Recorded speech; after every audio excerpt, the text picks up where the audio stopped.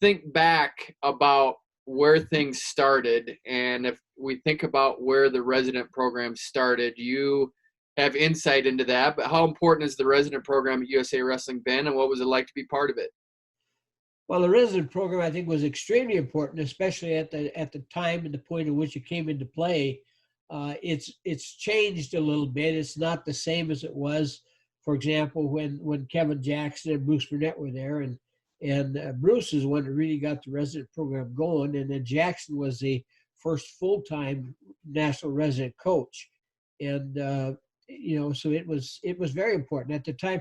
For example, during the 2008 Olympics, a great majority of those guys, and in 2004, a great majority of the guys in the team were actually training at the training center, if not on a full-time basis, I'm pretty close to it. Some of them were maintaining a resident status and going back and forth like McCoy and Sanderson, but there's a great many of those athletes, Mako, and Henry and all these guys that were actually residents here. So it was extremely important. And we had a series of resident coaches in there that were really quite interesting coaches to work with.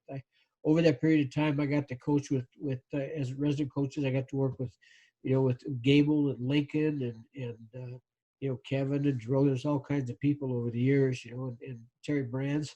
Terry Brands is one of the best coaches I've ever worked with in the room. I mean, I don't think he runs the practice room extremely well. Apollo Ono is a speed skater, but my understanding is he changed the landscape for USA Wrestling. Explain how that happened. Well, in when Henry was just a sophomore in high school, coming out of his sophomore year in high school, his brother was graduating from high school, Angel, and I knew Angel wasn't going to get into college, and I thought, well, he'd be a great prospect for a resident program. So I approached Angel, and he said, well, Henry wants to come too. And I said, well, he's a little young yet. Let's wait till he finishes high school.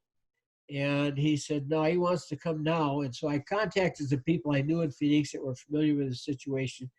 And they suggested it would be good to get him now, that he needed a change of environment, that he would do better and be more likely to still be in the sport if we got him at the present time. So I went to the USOC, talked to him about it, talked to Bender about it, and he said if I can convince him, USA Wrestling to go for it. And they turned me down at the USOC, said it wouldn't work.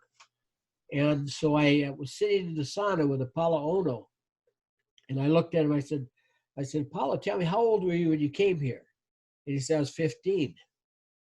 And so I right away, when I got out of there, packed up my gear, went back up to the offices, and I said, so speed skating has different rules than wrestling.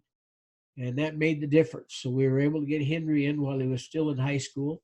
And I put him in with a local Christian family that I knew would do a good job of looking out for him at first, rather than in the dorms. And he started out there, went to high school at the same time as a resident, and it worked out, as you can see, it worked out pretty good.